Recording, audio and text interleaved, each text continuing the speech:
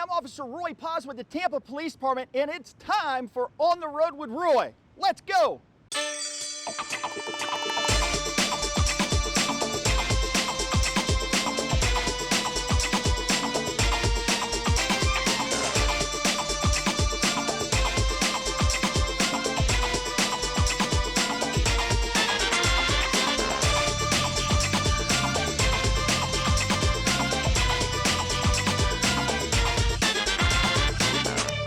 Hello, Tampa Bay, and welcome to another episode of On the Road with Roy. That's me. Hey, guys, we are at the McDonald's at MLK and 275. I hope you've been here before. It's owned by Casper's Company. And, guys, remember, Casper's Company is absolutely fantastic. Casper's, thank you so much for all the partnership that you do with us, and also for allowing us to come to your McDonald's and have interviews and highlight all the neat stuff that's at the police department, okay? And remember, we've asked you guys, if you happen to be out and about in the area and you want to stop in and you must ask me a question, come on in, because we would love to meet you and love to answer your questions. And guess what? We've got someone here that must ask me a question. So here we go, sir. Let's introduce yourself. Good morning. My name is John Mackel from Suncoast Brotherhood, and I must ask you a question. Okay. That's great. Thanks for coming in, John. That's awesome. So I'm out riding my motorcycle, and I pull up to make a left-hand turn, and the light never changes. Wait, and I wait, and I wait, and it's hotter than all get out there. Can I just go ahead and assume the light's broken and make a left-hand turn? Woo! John, you brought the Big Mac Daddy question here. This one's a tough one. It's not really tough, but there's not a good answer for that, because in the state of Florida, you're saying if you're sitting at a light and the light cycle keeps going, okay, and you're just sitting there, but you never get a green light to go, can you just go ahead and go? To make my left-hand turn, yes. Yeah, to make your left-hand turn. The technical question to that is no. The state of Florida does not have a law allowing you to make that left-hand turn on a red light, okay?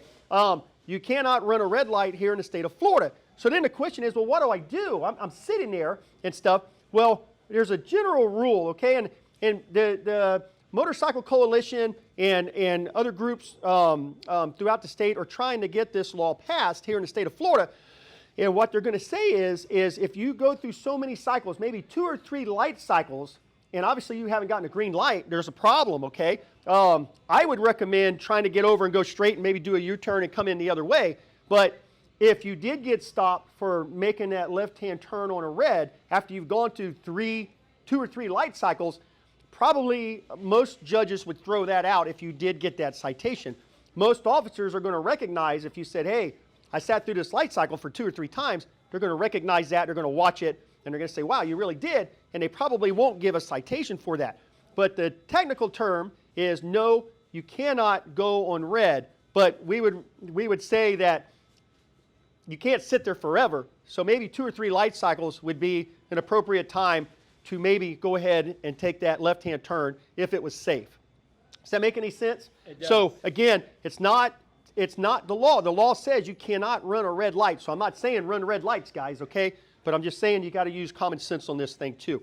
Also, a lot of people don't realize on your motorcycle, when you come out, there's 2 types of lights out there. There's the light that turns automatically. It's just on a timer. And regardless if there's anybody there at the light or not, the light will turn green, it'll turn red and go on. Then there's another type of light that goes on a motion. If you come up and it either has a motion that it senses you there, or it has a sensor in the ground that senses you there also, you'll see the sensor on the ground. It's like a big metal line going around. The motorcycle has to pull just to the inside of that, not in the middle of it, but just to the inside of that little metal line, and that will help activate the light. A lot of times motorcycles will go on the outside of that line because it doesn't take up the whole lane. They'll just go to the outside of that line and they'll just sit there and go, hey, what's the matter with this light? There's nothing wrong with the light. They just haven't put their motorcycle on the sensor. So hopefully that will help also, okay? You guys will see it when you're out there. If you happen to ride a motorcycle, when you go up to the next light, look down, you'll see all these lines on the ground, these like metal lines. That's your sensor. You got to be just to the inside of that. Not in the middle of it, but just to the inside of it, okay? Well, right. I hope that answered your question. What do you think? I think I'm going to be sitting at a lot of red lights. I hope not. I hope not, guys. Again, if you're out and about and you got to come by and you must ask me a question, guys, we'll be here. We'll let you know where the next episode's going to be. Tune in, okay? Thank you very much, and thanks for coming in. We really appreciate it. Thank you much. Guys, we're so grateful that we've got another officer here with us today to highlight the School Resource Officer Program, okay? We've got Officer Mike Holness. Dun, da, da, da, da, da, da, da. Hey, Mike. Yes. Welcome to On the Road with Roy, man. Thank you, Roy. Thank you. Hey, Mike, before we always do this, before we actually get into talking about school resource officer stuff, we want to talk about you. We want to know about you and stuff, right. you know, so let me ask you a few questions about Sure. yourself, if you don't mind. No problem. Now, Mike, are you from Tampa? Well, originally I was born in London, England. What the? Well, Why is that? How did you end up in London? well, you know, we wanted to migrate somewhere a little bit warmer. So in 1987, my family came across the pond, and I've been here ever since. Love Tampa. Wow. We settled here, settled roots, and I'm not interested in moving at this point. Is your family from England? My family are from the islands. Like my dad is from Jamaica. Oh, nice. My mom's from Okay. Guyana. Yeah, and yeah. Due to the British Commonwealth, that's where they kind of went to earn their living and to kind You of. don't have a British accent. You trying to lose that? I did. You I used did. to? Yeah, no, I lost it. Say, may we have tea? That's all right. That's all right. Okay, That's no, all right. I That's almost all got right. him to do it. That's all right. All right, all right. Well, hey, that's neat, man. Okay. So, and you came over here and you went to, did you go to school here in Tampa? Yeah. Yeah. I mean, at this point, I consider myself Tampa, not born, but Tampa raised. Yeah, absolutely. So, I mean, initially I was in Wilson Wilson Middle School for a little Okay. bit, and then we moved out north to Carrollwood, and I ended up going to Ben Hill and then Gaither High School. Gaither High School, okay. Yep. All right. You know, I went to Chamberlain High School, Okay. and at the time I was there, Gaither was being built. And Right. my second year there, Gaither was built, and then we lost our principal to Gaither. Right. So Principal Allen, and Right. Gaither's a great school. Yeah, he though. moved Really on to good better school. things. Yeah, whatever.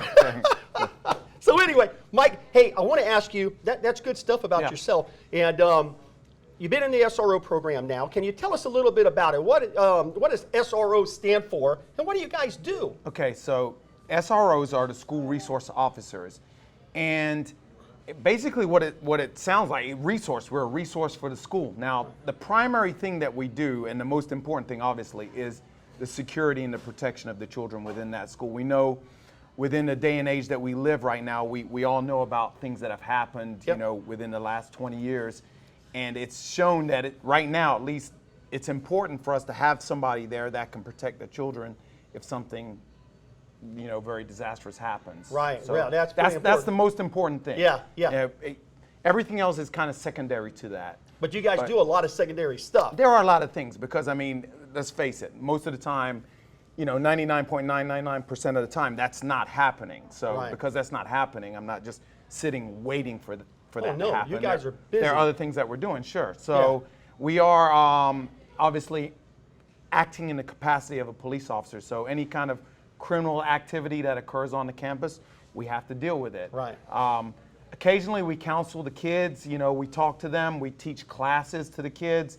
I spend a lot of time just connecting with the kids and forming relationships. A lot of It's kinda proactive stuff. Yeah, getting to know them. Anything the school really needs that we could potentially help with, we probably do. Right. Now, Mike, how are you guys split up? Do you have one big squad?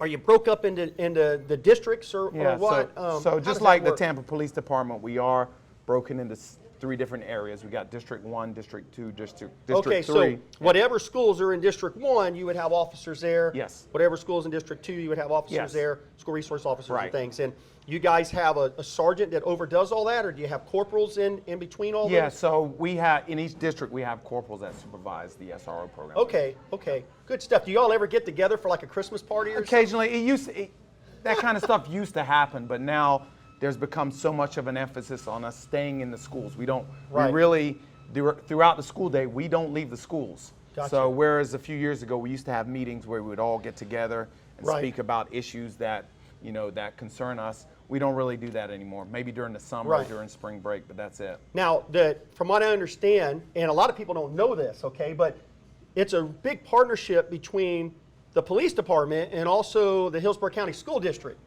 They kind of share the expense or whatever for the school resource officers being in the school, and it's kind of a partnership. Okay, so I mean, this stuff is kind of above my pay grade. Oh, okay, okay. But I mean, yeah, this is what we're providing a service for them. Yeah. So my understanding is they pay half the salaries for the police officers to be there. So there's actually a written legal contract between the school board and the police department Right. as to what services we're providing. Yes. Right. You know, when I still remember my first school resource officer was in 7th grade, middle school, at Young Middle School, okay?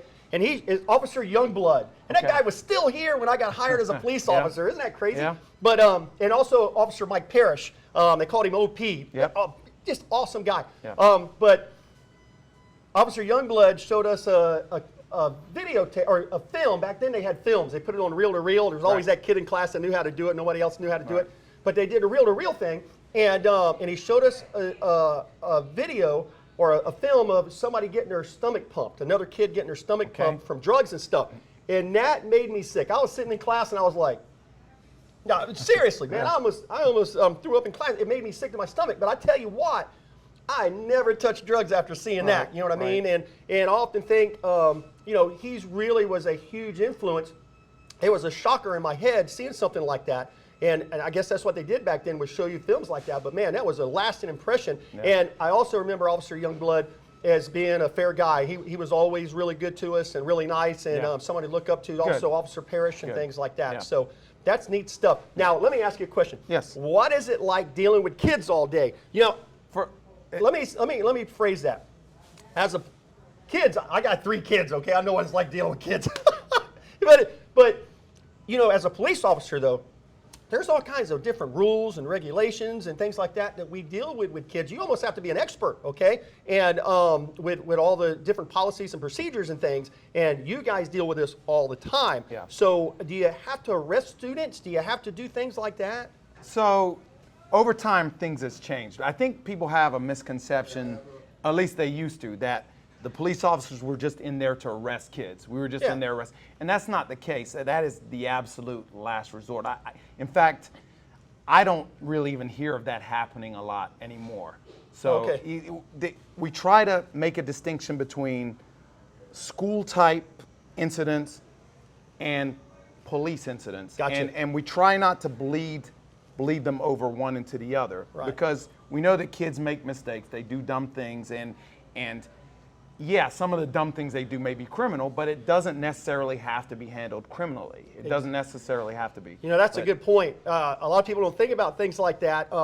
You know, because you're actually there to help the kid, not hinder them in life or anything else. But they do something wrong. But again, it's you trying to make those decisions. I mean, you got a lot of discretion, a lot of things that you deal with There as is a a lot of school resource officer. And, you know? and over time, they've come up with a lot of different tools so that we don't have to get to the point of charging criminally or arresting. Right. So we've got something called the JAP program and other things like that that kind of, if the kids are making mistakes doing things that, you know, as an adult, yeah, perhaps that would mean you're going to get a charge or an arrest. With children, there are other tools that we can use so that we don't have to put something on their record that That's good stays stuff. with them. Yeah, that's good. You know, because kids, I know this. Kids, you know, they think differently at that age. Different levels of cognitive development, all those things like that. Yeah. Different circumstances at home and stuff. And man, that's good stuff. That's Yeah. really neat that you all look at it that way, and you help a lot of these kids, and you stay proactive with them. Yeah, and no, stuff. I'll be honest with you. The majority of people that I know that are doing my job, that are school resource officers, they're doing it for a reason. They're doing it because they like kids, they want to help kids. Right. So they're not looking to arrest kids. They're not looking to lock them up and take them away. That's not the kind of person that is doing this job. Right. So we really want to take the time to talk to these kids, help them through the situation, try to make them make better decisions in the future. Right. And that's where most officers are approaching this when they deal with kids that are making these mistakes. Mike, that's awesome. Yeah. That's good stuff. Really good stuff. Hey, I know that you guys also deal sometimes. Your school has, what is it, K through 8? Right. So you got little guys in your school all the way up to high schoolers, right? Or Right. no, middle schoolers, all the way up to Yes, middle schoolers. yes. Is that a challenge because you got so many different ages there? I mean, I enjoy them. The kids are a lot of fun. The little kids are a lot of fun. It's a lot different than being a patrol police officer. I mean, these kids are happy to see you each day. You get to know them, you talk to them, you get to know their names, you get to know what they enjoy, what sports they play, and really you go and you see them every day, and you're connecting with them, you're building relationships, and that for me that's a whole lot of fun. Right. So that's a lot of work though. Now I've got a list of things that you guys do, okay? And I've got to read them from this because there's a lot. And so here you guys attend meetings and programs. You deal with the PSTA parents and things like that. You also conduct guest lectures. You go to the classrooms and talk to kids and things. Sure. You also participate in school sporting events. That's got to be busy because you go to school all day and then you go to the sporting events in the evening and stuff. You also originate reports. Some schools have more reports than others, right? Sure. Absolutely. And you identify crime patterns. So if there's crime patterns going on and stuff, a lot of times the districts will turn to you guys and asking you, hey, what's going on with these crime patterns? And you guys figure that out. You do juvenile tracking. Sure. That's tracking. I said trekking. Juvenile tracking, okay? Trekking is something you do on Star Trek. Anyway, also you do training sessions. And this is the big one. Holiday breaks. When the holiday happens, you guys just get a big break, right? You get to go and mess around and go to lunch every day and stuff. Well, people would assume that if the teachers are off, we're off. You know, Right. Hey, you work in a school, so you got summer. No, that's not the case. We're employed by the Tampa Police Department, and while school is in session, that's where we're assigned. But when school is out, then a lot of us sometimes get farmed out to different areas to help different areas of the department. Right.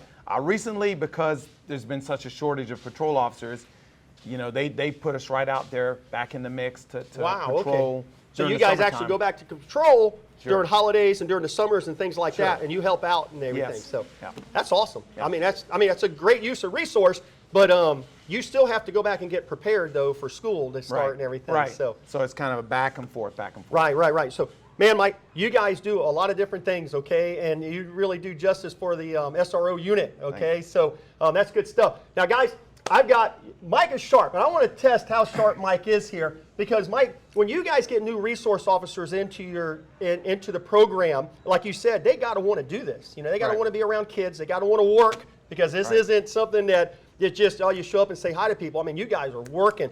But believe it or not, I used to be an SRO back in the 90s. Like I think it was 97, 98, and I worked my tail off, man. Sure. It was great though. I loved it. Yeah. Like you said with the kids and stuff. So as you get new people in, we got some tests that we're recommending for you to give to them to see if their aptitudes are up for a school resource officer. So Okay. if I fail this, does this mean I'm out? No, you're in. You're already grandfathered in. Okay. Good So news. here we go. We got I got a little quiz for you here, Mike. Okay. And what it says is you're the bus driver. Because this is school related, okay, we got to talk about buses and things like that. All right. The bus is going down. It stops off at Cleveland and Grace. 6 passengers get on. I'm going to test your math here. You stop off at Cleveland and Sims. 4 passengers get on. 3 passengers get off. You stop off at Cleveland and 7th. 2 passengers get on and 4 passengers get off. And the last stop for the bus is Broadway and Glen. 7 passengers get on. Now you got some answers here. I got in multiple choice. You got answer A is 10. Answer B is 36. Answer C is 12. Answer D is 42. And answer E is 8. So when you look at that, tell me, how old is the bus driver? One more time. Wait a minute. Okay. Wait a minute. I'm driving the bus, right? Right. You said that. Okay. All right. Well, bus driver would be 47 years old. 47. That's not an answer down here. It's not one of those, but you got it right. Okay. Ding, ding, All right. ding, All man, right. Mike. That was awesome. Okay. That's All pretty right. smart. A lot of Okay. people don't get that. All right. That's great. Okay. Well, he passed the first one, okay? But don't worry, I got more. So hang on just a second here, Mike. What is the shortest, now take a second to think about this. What is the shortest month of the year? The shortest month of the year. It's not February? No? It's not February. Okay. May. It's only got 3 letters. But that's a trick one. Hey, hang in there with me. I got more. Okay. Here's one for you. One of your students, you're called. One of your students has fallen off of a 20-foot ladder. Okay. All right. And you get there, and they're not hurt. What do you think happened with your investigative skills? Falling off of a 20-foot ladder, what do you think happened? I'm thinking they weren't at the top of the ladder. They were maybe at the bottom of the ladder, first or second rung. They fell from the bottom step. Okay, That's there you another go. one you got right. All right. Woo! Got it. Awesome. Okay, and this is the last one. Okay, last All one right. for the bonus round. What did the buffalo say to his son when he dropped him off at school? What did the buffalo say to his son when he dropped him off at school? I don't know. No clue. Bison. Yeah.